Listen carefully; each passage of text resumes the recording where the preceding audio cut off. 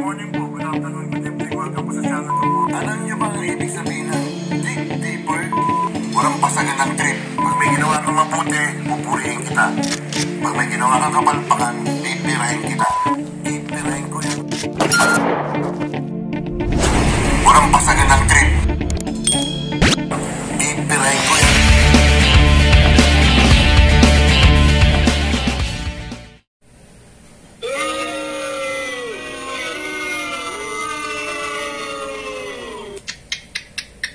Good morning po, good afternoon, good evening.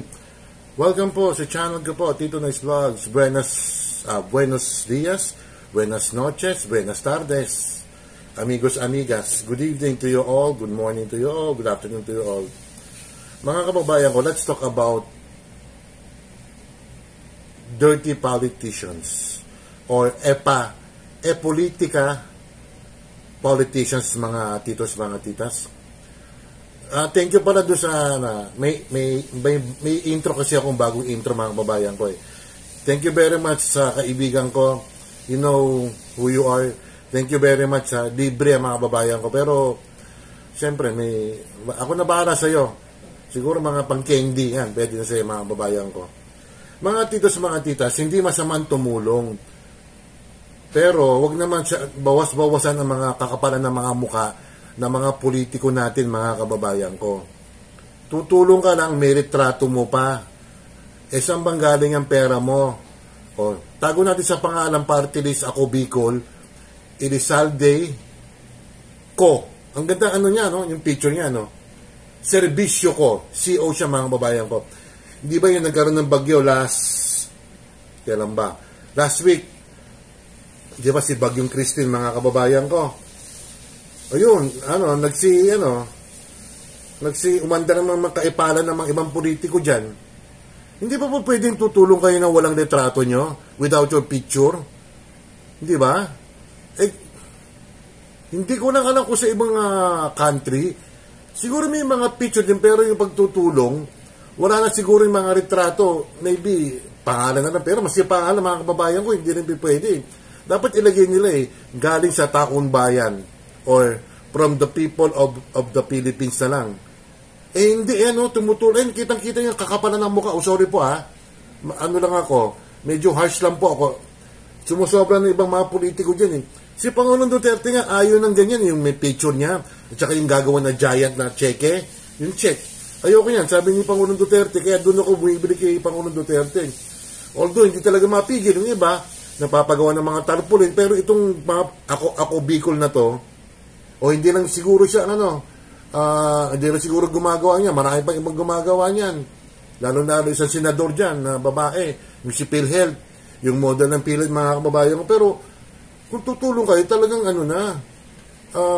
nasa puso nyo, wala na kayong mga litrato, no more photos, no more pictures. Hindi, meron pa rin Pera nyo ba yan?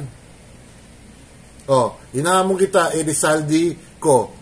Konting debate lang tayo kung tama yung ginagawa mo o yung mga ibang politiko. In fairness naman, ginagawa ng ibang politiko yan Pero bawas-bawasan yung kakapalan ng mukha nyo.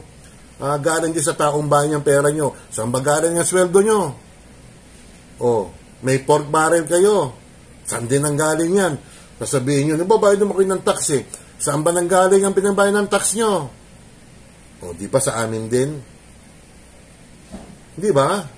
Diyan kayo nagsasamantala yung mga ibang politiko.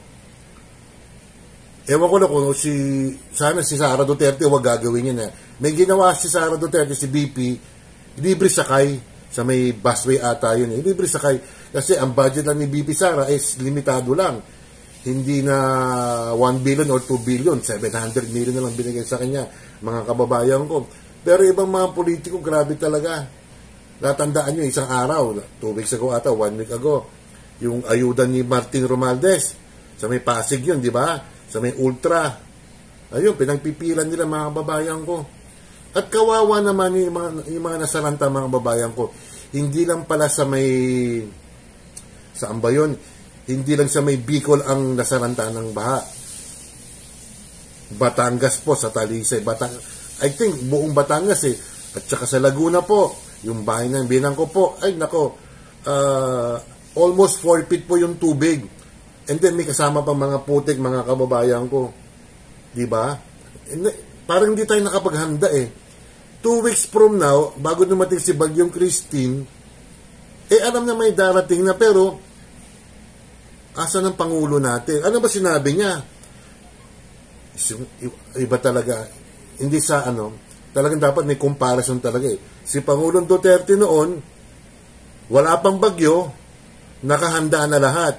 Although, hindi perpekto ang pamamalakad ni Pangulong Duterte, may mga pagkakamali din, pero tinitingnan talaga mabuti na bago dumating ang bagyo, nakahanda na lahat mga kababayan ko.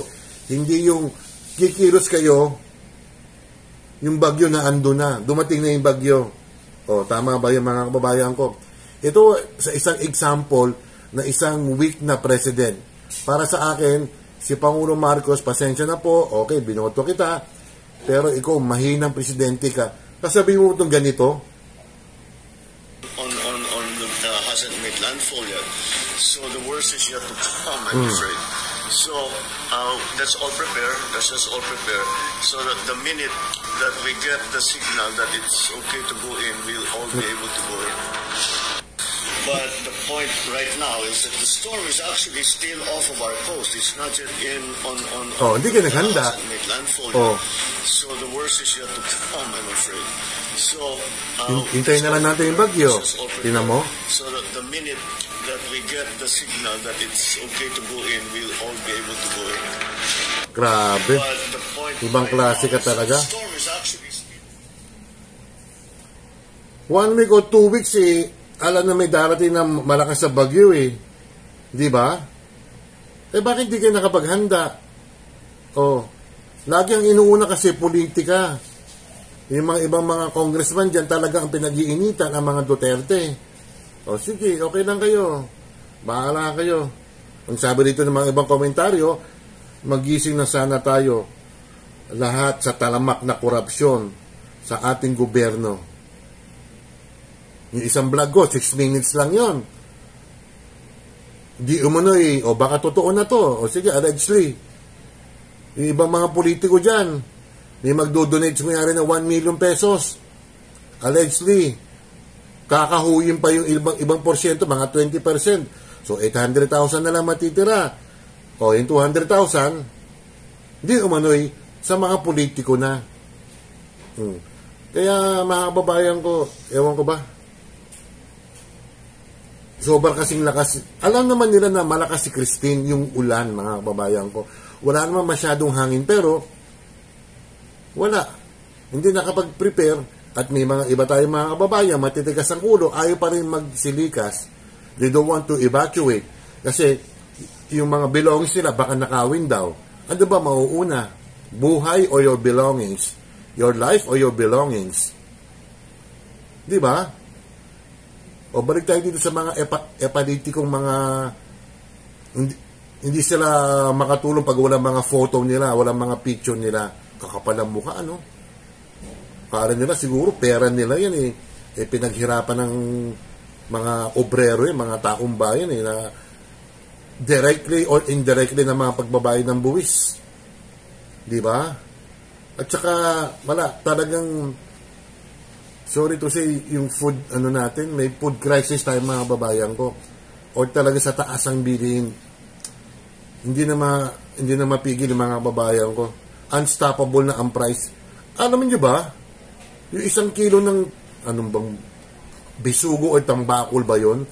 420 mga kababayan ko. Ang mura na lang bangus. Yung ibang isda, ang mamahal na.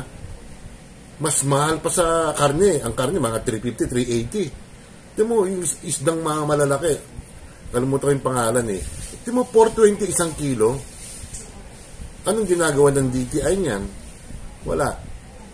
Huwag tayong aasa sa mga ayuda-ayudang yan, mga kababayan ko. Although talagang, totoo naman na, sige, pwede tumulong ang gobyerno kasi nasalantangan yung mga tao. Yun talagang ayuda, yung sinasabi ko. Pero, yung mag-aayuda kayo ng every month, every 2 months, para lang umepal kayo, para iboto kayo, ay kakaparan talaga ng mukha yan, mga kababayan. Kaya, Minsan kasi, mga ibang kababayan natin, maabutan lang ng 100 piso eh. Iboboto na kagad yung politikong makapalang muka eh. Pasensya na po ay ako'y rude lang ako, pero wala namang mura eh. Kaya, yung mga ganyan na politiko, ano nga mga kababayan ko, binatikos yung picture na yan eh. Binatikos yan. May mga ibang Bicolano, mga matatalino naman, hindi naman lahat ang... Ako, Bicolano ko, pero dito na ako lumaki.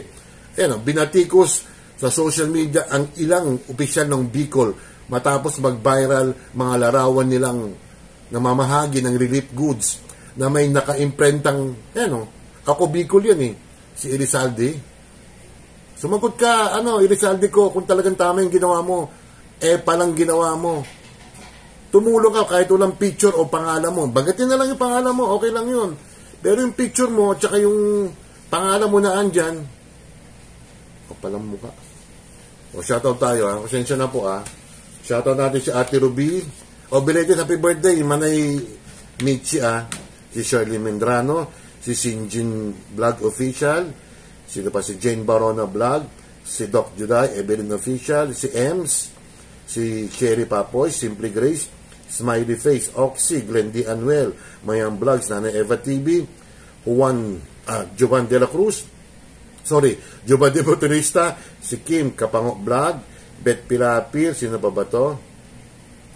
Si Cecil Bacos, si Maricel Bacos, si Coach MB, si Elis Neris, Nina Laresman Lorzano, si Bib, si Ehad Purpur, Myra T. Sanchez, Charles Lumawig, sino pa ba? Si April's Escapade, si Kayat 7Cs, Lizelle Easy Mix, Dong Rebs, si Mami ni Raj, mayroon tapos na, si Ems nga yan, si Tita Pearl, si Nina Resma, sino pa ba? Si Perdi Albino, si Chap de la Cruz, si Sherlyn Mendrano, Kapango Vlog, meron na, and then sino pa ba? Wala, yun na lang, pasensya sa mga nakalimutan ko, Kaya mga kababayan ko, siguro, baka sanay na ibang tao dyan, na may mga ibang politiko na makakapalang muka, ganun talaga pero sa akin alam mo, kung ako lang talaga makwarta or bilyonaryo, ako'y tatakbo presidente. Didisiplinahin ko mga tao, kaya lang, wala isang kahit tuka lang kami. Kaya nasa tao yan kung iboboto. May mga bumoboto pa rin kasi binibigyan, inaabutan. Ang mas maganda yan, sige, tanggapin nyo. Tanggapin nyo relief goods, tanggapin nyo ang pera, pero iboto nyo konsensya nyo. Bumoto kayo ng konsensya, hindi yung nabigyan na kayo ng politiko, mga makakapalang mukha. Wala mangyayari sa bayan natin. Tingnan mo, grabe ang corruption ngayon mga babayan ko. Although, yung kay Pangulong Duterte, may mga corruption pa rin, pero nakokontrol siya. Parang nalilimita. May corruption pa rin. Pero dito, sa administrasyon ni Makoy, talaga naman, sukdulan mga kababayan ko. Don't forget to like and subscribe. Hit the bell notification para ma-update kayo sa aking mga video. Salamat po dun sa dire-diretso na dito at saka yung gumawa ng intro ko. Salamat po, ingat. Bye!